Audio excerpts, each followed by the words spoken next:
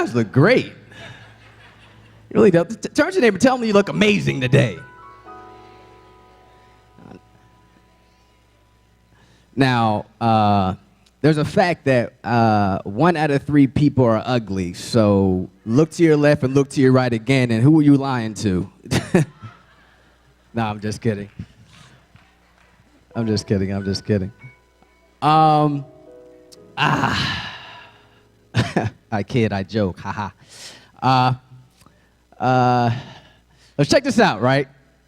I've had the privilege, of traveling around the world. I've been to a few countries all over the United States, like China, Bolivia, Peru, Latin America. Crazy experience. And while I was there in every country, there was something interesting about each one.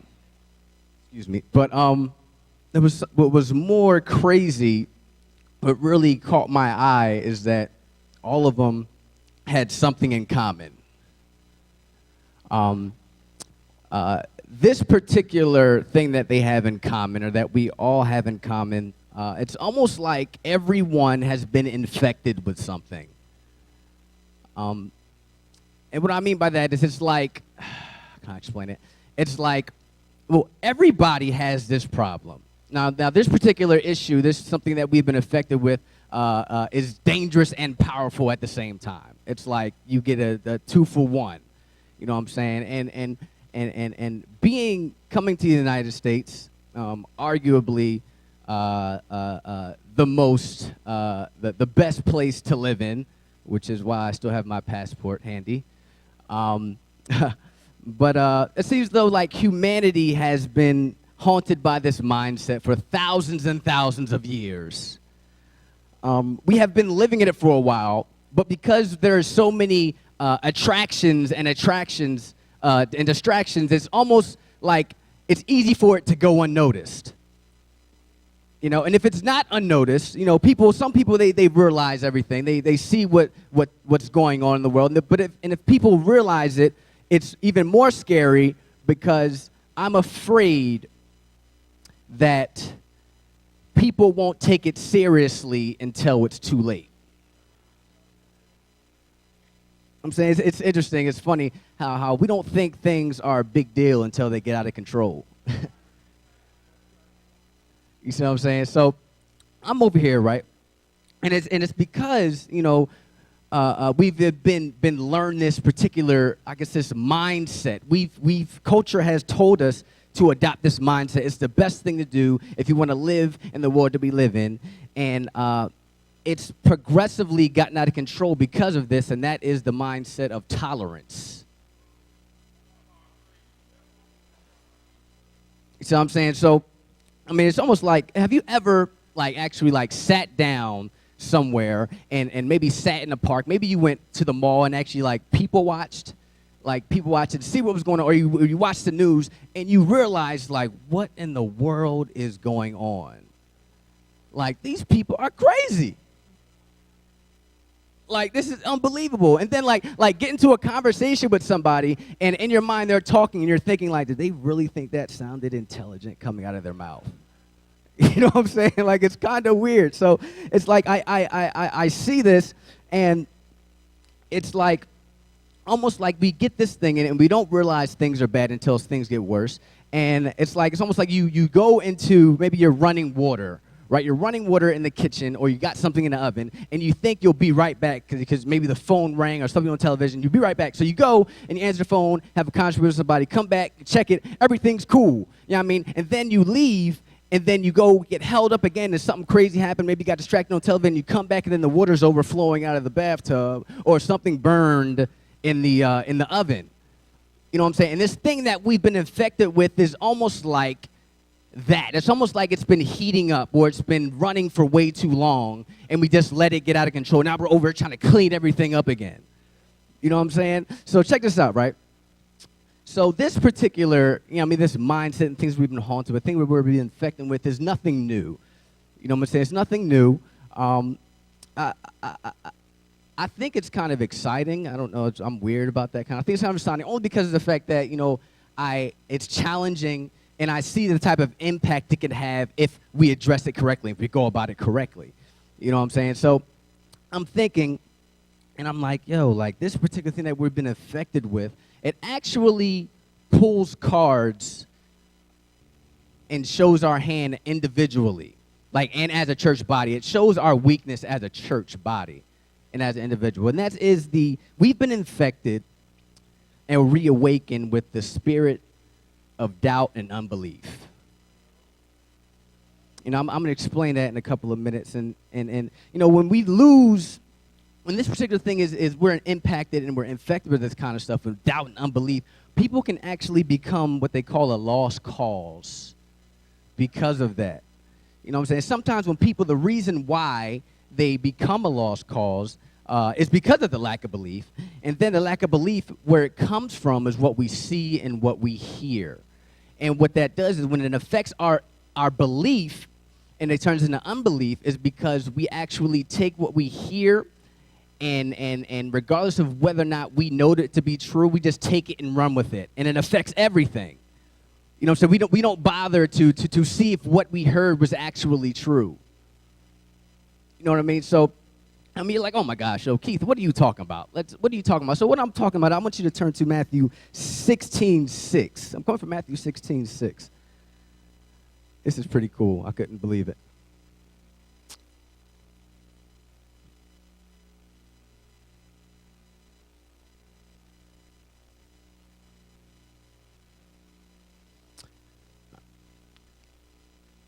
All right, so check this out, right? So it says in Matthew 16:6, it says, be careful. Jesus said to them, be on your guard against the yeast of the Pharisees and Sadducees. Be careful, Jesus said to them. Be on guard against the yeast of the Pharisees and Sadducees. God bless you reading and hearing of his word. I would like to talk about the attack of the yeast. Let's check this out, right? So just give you a little background story of what's actually happening now. You know, at this time, the Pharisees and Sadducees came to Jesus to try to test him. You know, at this particular time, the Pharisees and Sadducees, they were supposedly like the smart people of this time. Like when it comes to religion and politics, they were the smart people, you know, of this time. So Jesus was telling them, they were asking Jesus to give them signs that who you are, that's because who you are, you say who you are. So give us the signs that this is true. You know what I'm saying? Then Jesus goes on to say, you think you guys are like so smart.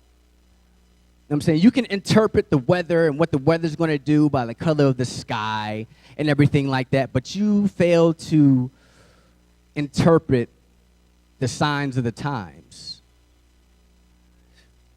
So, like, I'm thinking, I'm like, wow, man, that's crazy. So, and the thing about it is, like, then Jesus goes on to say, an evil and adulterous generation seek after signs. I think that'll pop your balloon. What? All right, so check this out, right? So, after that, Jesus and the disciples, they're crossing, right, in the river to go into Caesarea Philippi. When the disciples begin to talk about bread, like, oh my gosh, we forgot bread.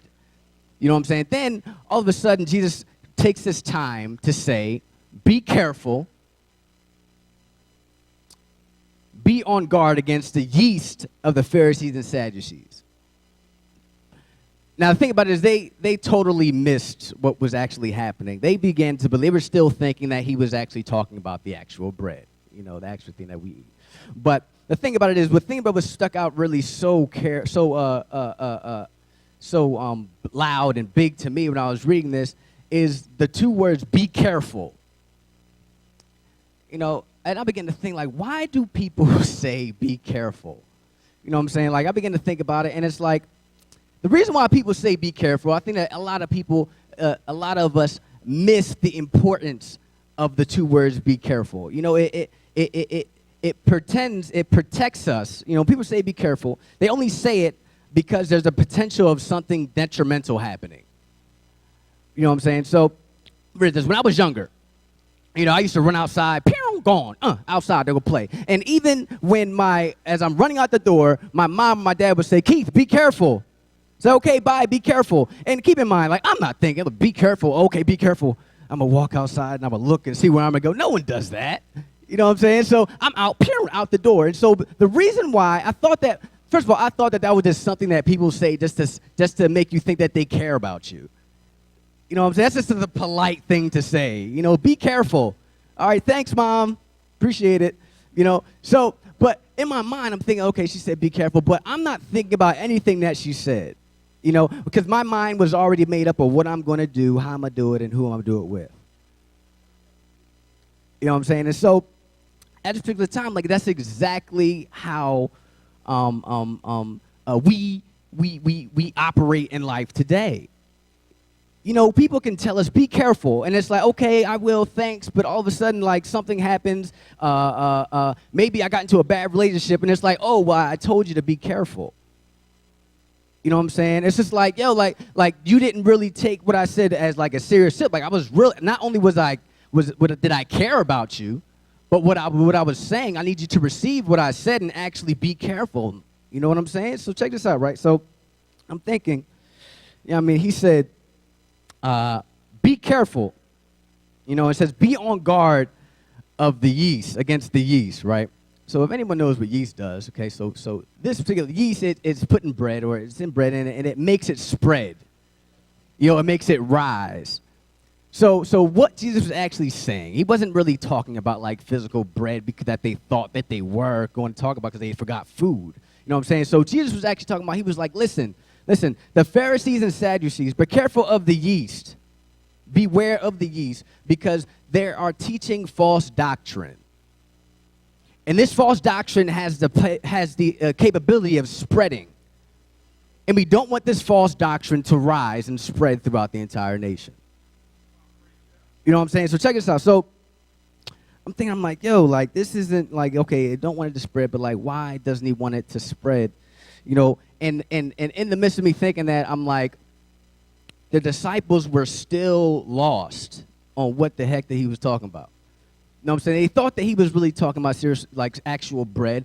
But in reality, you know, the disciples were worried about something temporary. You know, something that you can eat, something that can be taken from you, something that can rot. You know what I'm saying? But Jesus was talking about something that has an eternal effect. You know what I'm saying? And that's the difference. Is like we can get so caught up in what we feel as though we need at the particular point in time that we forget what really matters. You know what I'm saying? So check this out. So I'm thinking and I'm reading, right? And I'm like, okay, don't be aware of the yeast. Let me show you how this yeast, this thing that we've been affected with, how it affects our doubt. And let me show you how this has spread throughout the years to come. So check this out, right? This was pretty crazy. You know, so I look at this research. The study was done by Barna Research Group, right? And it says they asked the elder generation, right, who Jesus is. All right, the elder generation, who Jesus is. 62% said he was God, right? 60% he was God, and 18% said that he was a religious leader or a figure, and the rest of the percent said they didn't really know. They understand. But check this out, as the years go by. You ask the millennials who Jesus is, 48% say he was God. What the heck just happened? 62% of the elders said that he was God, and only 48% say that he was God now. You know what I'm saying? And then 35% say that he was just a regular guy, a leader, a religious figure. You know what I'm saying? So this is this yeast that has been spreading over the past eons, thousands of years that he was talking about. You know what I'm saying? So it's 35% that said that he's just a religious leader. It's kind of interesting. So when I begin to think, that actually, if you think about it, that means that 35% believe that Jesus actually sinned like everybody else. He was just some normal guy. You know what I'm saying? So what they're saying is, it's crazy because, I mean, I believe the Bible talks about how a perfect sacrifice was required for us to be reconnected and reconciled with God. You know what I'm saying? So what they're saying is that Jesus' death wasn't sufficient enough because he sinned. So therefore, he's not God. This is what we think today. This is what we're up against today. So then I began to think, then I saw another one. This blew my mind a little bit. So it said, I looked at it, and people who made a personal commitment to Jesus Christ, and it is still important in their lives today, right? Right? So the study was about people. It was about money, how much money you have, right? So if you make less than $50,000 a year, 65% said that they still see Jesus as an importance in their life today. If you make under 50,000, if you make over 100,000, that percentage drops. 53%. Jesus becomes less important. You know what I'm saying? And it sort of kind of reminded me of, did I bring that? It sort of kind of reminded me of a passage in Matthew 19. All right, let me see. Matthew 19. It talks about the rich man in the kingdom. Right, the rich man in the kingdom. So the rich man, right, he comes to Jesus, and he says this. He says, teacher, what good things must I do to have eternal life? Right? And Jesus said, why do you ask me about what is good? There was only one who is good. And if you want to enter life, keep the commandments, Jesus said. It says, which ones?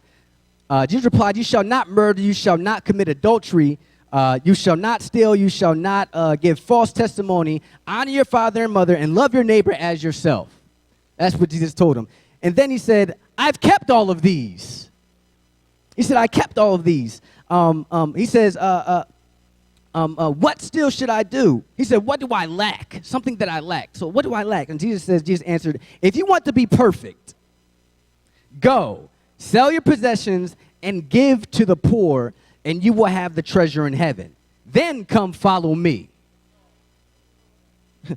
That's crazy, because then it says the young man heard this, and he went away sad because he had great wealth. So pretty much what he was saying was, I don't need you because I have something that I think is more valuable. You know, these are the people who say, like, look, like, I have all this money. You know what I'm saying? I read the Bible. Me and God, we don't have a great relationship, let alone I don't even know if he's real. But the fact of the matter is, I'm a good person. I think I'm a good person. Why do I need to believe in you? You know what I'm saying? It's interesting because there was a guy named Andy Mineo. He was a rapper. He put it like this. I like how he put it like this. He said, it's hard for a rich man to get to heaven when we feel like we don't need God and then forget him. We tell him, if you don't make me money or make me happy, then I'm not making time for you, so make it snappy. So check this out, right? So this is this yeast that's been affecting us for a long time, and we don't even know what's really going on or why people think that the way that they think is due. This is the false doctrine that we've been taught. You know, especially from Google University. That's my favorite university to go to. You know, so I'm thinking, I'm looking, and this is very interesting.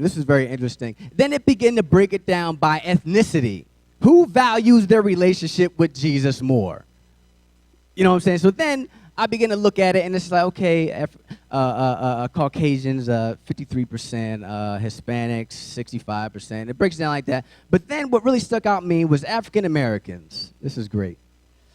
80% of African Americans value their relationship with Jesus Christ. 80%. Now hold on. Now wait a minute. Hold on. This is crazy. This is interesting. Because in my mind, I'm thinking to myself, if 80% of African Americans, if we value Jesus Christ as he says he is, why do we have the most broken families?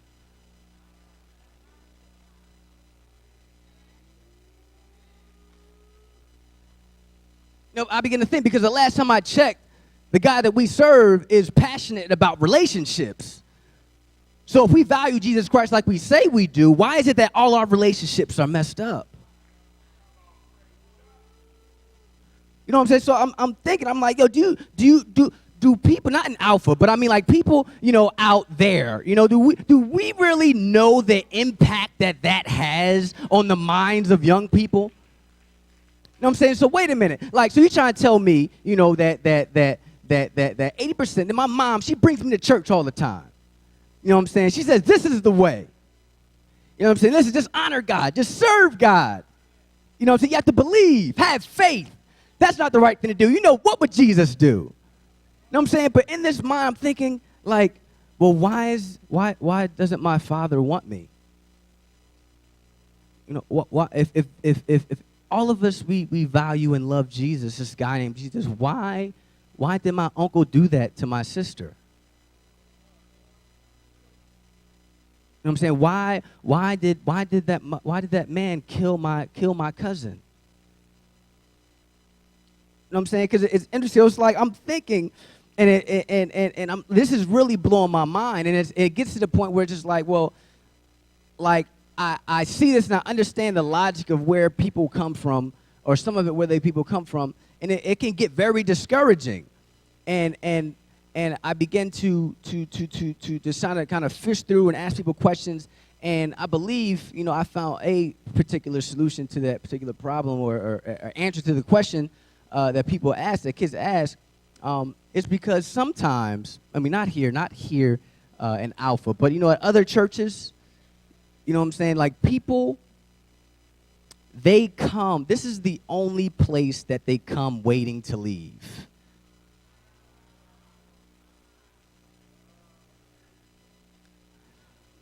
You see what I'm saying? So I'm thinking, I'm like, yo, this is the only place that come. And then at the same time, like, we get this wonderful word. You know what I'm saying? We get so much energy. We are passionate about what we've heard. We just want to tell everybody. But then when service is over, it's like we take all that passion and we leave it on the pew for next Sunday. And we go home, but we don't take it home, you know, where it's most needed at, in our homes, in our communities, in our relationships that we don't have anymore. You see what I'm saying? So I'm just like, so now it's like, yo, like, church doesn't, like, the people, like, why do I need to come to church? Church doesn't work. You know what I'm saying? And I begin to tell you, listen, it's not, I mean, it's not that church doesn't work. You know what I'm saying? It's not that Jesus doesn't work. Check this out. So I went to a brunch, right? It was a boss's brunch by a guy named Nehemiah Davis. He threw it. And he told me, he said, yo, man, he said, listen, he said, I went to a conference with all these different entrepreneurs and motivational speakers, right? And a guy named Eric Thomas, maybe you guys have heard, and he was there, and a bunch of big-time motivational speakers were there, and they were all in the room, and they were talking, and they said, hey, man, what books do you read? Like, this is great. What books do you read? Well, look, man, I read this book. Oh, yeah, I've heard that book. Heard that was a good book. And then, like, oh, did you read chapter 17 or whatever like that? So they're talking about these books that they read that's supposed to make them, you know, who they are, all the information. And then Eric Thomas comes and says something like this. They asked Eric, like, Eric, what books do you read? He said, yo, it don't matter what book you read. He's like, you can read Dr. Seuss for all I care, but if you don't apply it and execute it in your daily life, you will never get anything that you think that you're about to accomplish. You know what I'm saying? So I'm thinking about that, and so it's like, how does that affect the youth? You know what I'm saying? This is check this out. This is the last. I don't like throwing numbers. This is the last number, I promise. 70% of youth, right, express persistent, measurable doubts that what the Bible says about Jesus is actually true. 70%, they don't believe it's true.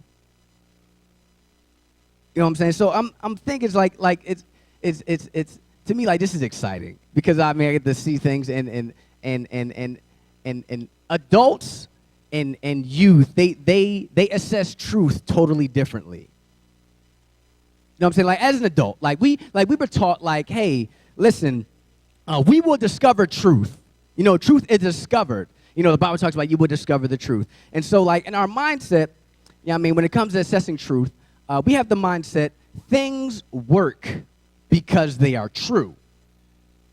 And that's the way we think. Things work because they are true. In the youth culture, truth is not discovered. Truth is created. You know, so the difference is our mindset is different. It's if it works, then it's true. You see the difference?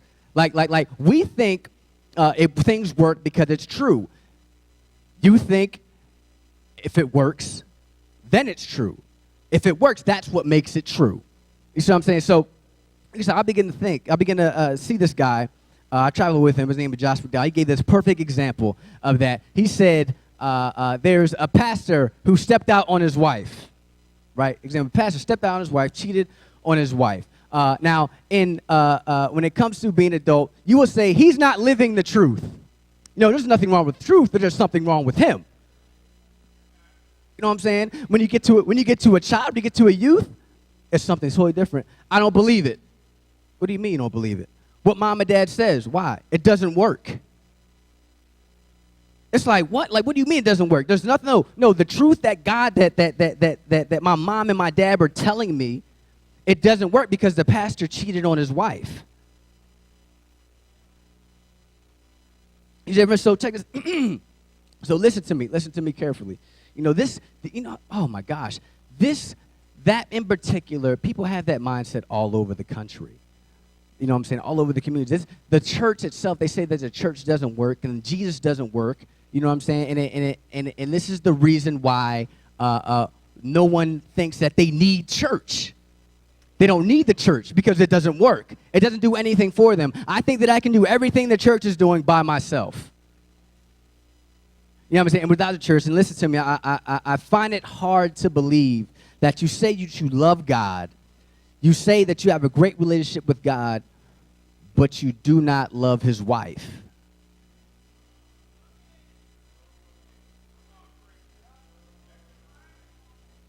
You see what I'm saying? So, and it's not that, that the church doesn't work and that Jesus doesn't work and anything like that. It's more so, it falls back on us.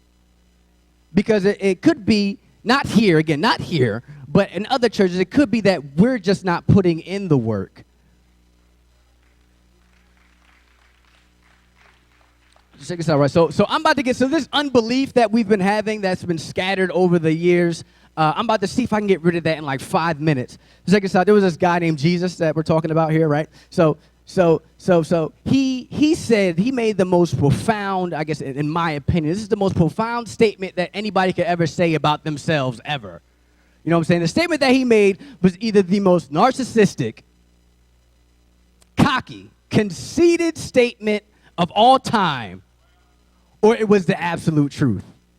You see what I'm saying? So check this out. It says in John 14:6, right? He says, I am the way, the truth, and the life. No one comes to the Father but through me.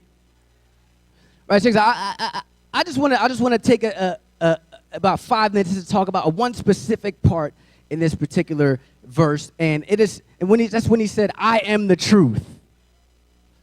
I asked a group of people. I was speaking to some youth, some students, and I said, "Hey," I said, "who in here can define truth?" Right? All the hands went up. I said, "Oh, this has got to be good." He goes, "Miss Reed, if it's true," I said, "All right, yeah, good job. If it's true, that's how you know if it's truth. If it's true," I said, "Good job, excellent, good talk. You're a genius." And it's crazy. Like a lot of the hands went up. I was thinking, like, "Oh my gosh, I'm in trouble. I'm talking to the wrong people." You know what I'm saying? So check this out. He says, "I am the truth." I heard the thing. We have to be so careful with the word truth now, or with truth period, because truth now can be so subjective. You know what I'm saying? What's true for you is not true for me. You know what I'm saying? That's your truth. That's not my truth. It doesn't relate to me one bit or another. You know what I'm saying? So, but it's funny and interesting that when truth and facts nowadays become an inconvenience to somebody, that truth now becomes an opinion. You see what I'm saying? So check this out, right? So he says, "I am the truth."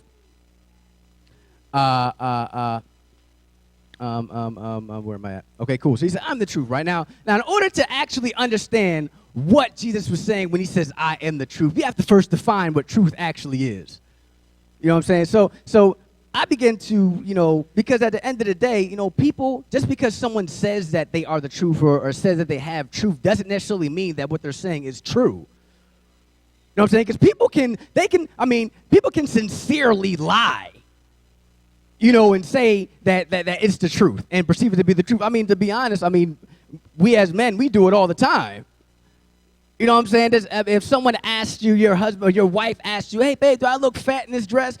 That's a question that I'm not going to step to. You know what I'm saying? "Oh, babe, you look great." You know what I'm saying? So things like that happen. Then all of a sudden, there's also times where people, they can actually be sincerely wrong about their truth. You know what I'm saying? So how do you know that this didn't affect what Jesus was talking about? Jesus could have been crazy. He could have been a psycho. You know what I'm saying? So think about it. Look, Jesus said, he says, I am the truth. So look, I'm thinking about it. And I'm like, yo, we got First John truth. So according to the Webster Dictionary, right, you're probably going to write this down just so this will impact your life so crazy. So the word truth, right, it means that which has fidelity to the original. What the heck does that mean? So, like, it's crazy. Like, it gets bad when you have to look up a definition for a definition. You know what I'm saying? You gotta look up a definition for a word and a definition. Like, that's crazy. So the word fidelity means, it means the same as or equal to.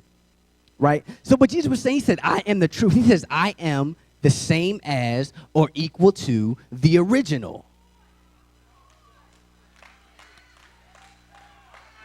You see what I'm saying? So wait, so then it began, okay, well, I need something else. And then it began, I look in John 1:1, it says, in the beginning was the Word, and the Word was with God, and the Word was God. He was in the beginning with. Then check this out. Then Philip, he said, hey, show us the Father. That will be enough for us to believe. And what did Jesus say? Jesus said, anyone who has seen me has seen the Father. So I'm saying, so look, this is blowing my mind. So when it comes to youth and how they measure truth, or people in general, how they measure truth, you know what I'm saying? They also measure truth by who and how many people say the same thing.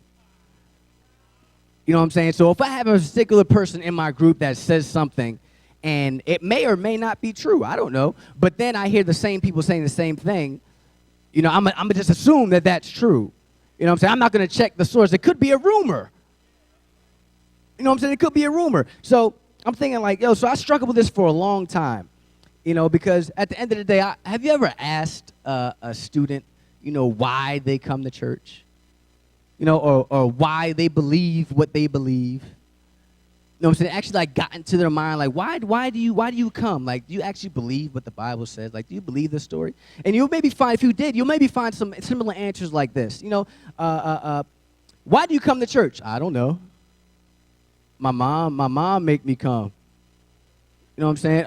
So it's just like, so like, did you believe what the Bible says? I guess so. You know, I mean, that's what I was taught when I was younger. You know what I'm saying? I mean, that's why they bring me to church.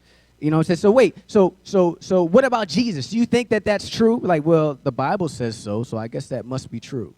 You know what I'm saying? It's crazy, like this fundamental thing that we have here on bringing our kids to church and everything like that, and giving them information about Jesus and the Christ that we serve. You know, it's interesting and it's crazy that all that foundation that you have can be washed away if they go to Google. Like, it's incredible. Like, I went to Google, and apparently there was a study done, and somebody said that the tomb that Jesus was buried in wasn't the right one. They went to the wrong tomb. I'm like, what? Like, are you crazy? They went to the wrong tomb. So Jesus really didn't rise? They stole the body. Like, it's crazy. You hear the weirdest things on Google, you know? And sometimes we take that information, just take it and run with it as if it's complete fact. You know what I'm saying? So, check this out, right? So I'm about to give you, like we all know what the Bible says about Jesus, right? This is for my youth that or people that really don't understand, or people that really don't know. Like we know what the Bible says about Jesus, right? If to me, I mean, sometimes you can't, as I was growing up, you can't use the Bible to prove itself. You know what I'm saying? Like, sometimes, like, you need, like, just for kicks and giggles of my curiosity, I need something else to validate what the heck is going on here. You know what I'm saying? So I'm looking, and I'm like, wow, this is crazy. Like, all these non-Christian sources that said that Jesus actually died. You know what I'm saying? So I'm looking, I'm like, oh, wow, Greek history says that Jesus actually died. Roman history said that actually died. Assyrian history said, Jewish history said he said they actually died. But they got the only non-Christian historically claimed source that claimed Jesus didn't die was in the Quran. You know what I'm saying? And it's crazy, it's interesting because, you know, over the years, you know, there was a guy, he was a top Shiite, like, clergic, a guy in Syria. His name is Sheikh Hussein, and he was speaking to a guy named Ravi Zacharias, professor, brilliant guy, and so Muslim guy. So he said, Professor Zacharias, you know what I'm saying? I think it's time, the time has come for us as an Islamic world to stop asking if Jesus died and start asking why. Because, I mean, you think about it, like, there's only one source that said that Jesus didn't die. You know what I'm saying? And there's a whole bunch of stuff that says out there that he did. You know what I'm saying? So which one do you think is fact and want to believe it? You know what I'm saying? So then I begin to think, like, okay, well, that's cool. And so now we got to talk about, like, the proof that he actually rose up. You know what I'm saying? So I'm thinking, I'm like, okay, so Jewish history, it says the tomb is empty, right? It says that the tomb was empty. And what happens is that when it comes to the disciples, the empty tomb wasn't what convinced the disciples that he was alive. I mean, because anything could have happened. You know, the body could have been stolen. You know what I'm saying? But what really convinced them that he was alive was his appearances. You see what I'm saying? It was appearances. So we're looking at, and Paul writes about it. He said he appeared to 500 people and their families, 500 people. So the fact now, people can say the most ridiculous things. Oh, they were all hallucinating. They were all crazy. So the thing about it is, like the fact that 500 people hallucinating at the same time about the same thing is impossible. You know what I'm saying? Because the thing about hallucinations are internal. You know what I'm saying? So that's like me asking 1, 2, 3, 4, 5, 6, 7, having a dream the night before and saying, hey, listen, I can read your dream. Read your dream. What did you read about my dream? That's internal stuff. You know what I'm saying? So that in particular, that doesn't make any sense. So then I began to think, like, okay, so what happened to the disciples what was the difference between when he died and when he rose? You know what I'm saying? Because at the end of the day, like when you look and you read and you think about it, I mean, they just lost someone that they followed pretty much, that changed their entire world upside down. You know what I'm saying? They changed their lives. They went through ministry together. They were spreading the good news that hadn't even happened yet. You know what I'm saying? So like they were spreading the good news. So when he died, it's almost like all of them, no one was talking about Jesus no more. You know what I'm saying? But what was it that changed their minds? You know what I'm saying? Something happened to them that they must have had seen something that had rearrested this passion that they have to actually go out and speak about him and actually die for it. You know what I'm saying? Like you don't die for something that you don't see. Something like that doesn't make any sense. So check this out, right? Excuse me. So I'm thinking, and I'm reading, I'm like, yo, like all this information that we have, you know, about Jesus dying and he rising and he actually was a real person. What's interesting about truth is that the discouraging reality is that not everybody wants to know the truth. You know what I'm saying? Everybody doesn't want to know the truth, nor can they handle the truth. You know what I'm saying? Because check this out. Look, I was out with some friends one day, right? My friend, and I took her staff. She had the clothing. I took her staff out to dinner one time because they gave me clothes and stuff like that. So I was like, oh, this is thank you. You know what I'm saying? So I took my dinner, and I'm talking to everybody that's at the table. And one of the girls, they say, we got on the topic of God and if he really exists, this, that, and the third. So they're asking me, or we're having a conversation about it. And she says something like, you know, I believe that there's a God. You know, I believe that there's a higher power. But I don't want to be called like a Christian or a Muslim or anything like that. So I'm like, okay, I don't get it. Explain to me. I was like, so what are you saying? She's like, oh, I just don't like titles. I'm like, all right, so you don't like titles, but you say you believe in God. You believe there's a higher power. You just don't know who it is. He said, yes. I said, well, good luck without the title part because they actually have a name for you already. It's called agnostic. You actually have a title already with you saying that you don't want titles. You actually have one. You know what I'm saying? So we began to talk, and so she was like, no, it's so like sometimes it can get so confusing and second and third or whatever. I'm just like, okay, I guess you can say it can get very confusing if you want to think, you know, unless you want to think. And so so wait, let me ask you a question. I said to her, so if there was a way to find out the truth about God, right? If there was a way to find out the truth about God, and if he's real and if he's not real, I'm saying, and which faith is actually true? You know, the one that gets us into heaven. Which faith is actually true? Would you want to know? She told me no. So then I began to think, I'm like, yo, it's crazy. Like it doesn't matter how much information you have. Some people, they just don't want to know the truth. You know what I'm saying? And it's like the problem in itself, I was in my mind, I was thinking the problem in itself wasn't the fact that she didn't like labels because she was already a label without her even knowing it. You know what I'm saying? It wasn't the fact that she was having a problem with labels. It's more the fact that people want to be a part of something without actually being a part and holding on to having accountability for what it is that they believe in. You know what I'm saying? It's almost like everybody want to be saved until it's time to be saved. You know what I'm saying? Like, it's kind of like, it was very discouraging for me to hear that. And I'm just thinking to myself, I'm like, okay, well, that's just the reality. Not everybody wants to know the truth, you know, except the truth. And then I have this one quick story I want to share, and then I'm going to get out your way in 2.5. Check this out, right? So my boy Sean McDowell, right? He told me, he was like, yeah, man, I was out to lunch with this guy, and we were just started talking, and we started talking about God and science, this, that, and the third, and we were talking for hours about everything. You know, biology, biochemistry, like it was incredible. The guy had so many questions he had to ask. And then by the end of the conversation, you know, the guy says, you know what? I really do think now that Jesus was actually God, right? And then my boy Sean said, okay, great, man. So are you willing to follow him, right? And my boy said, then the guy said, I'll get back to you now. I'll think about it.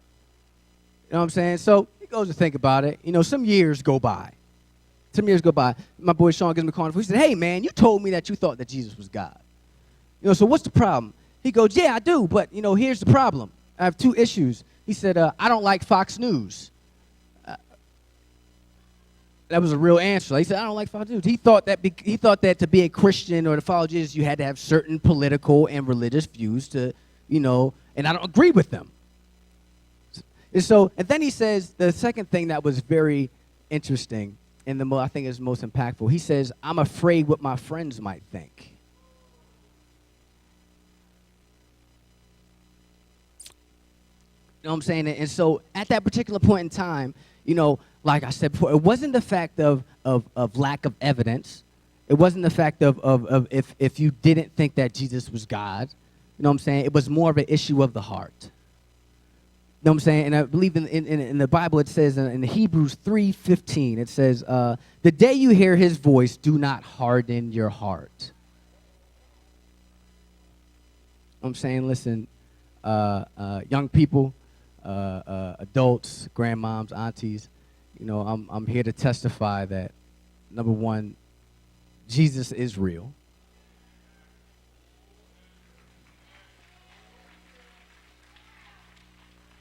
He did die, and he did rise again. And he did it because he loves us so much. And he's so desperately, passionate about having a relationship with us. Don't harden your heart when you hear his voice calling you. You know what I'm saying? Don't matter what your friends may think, because at the end of the day, you're not here to please man. You know, you're here to please somebody else, someone that's going to give you eternal life. God bless y'all. Thank y'all.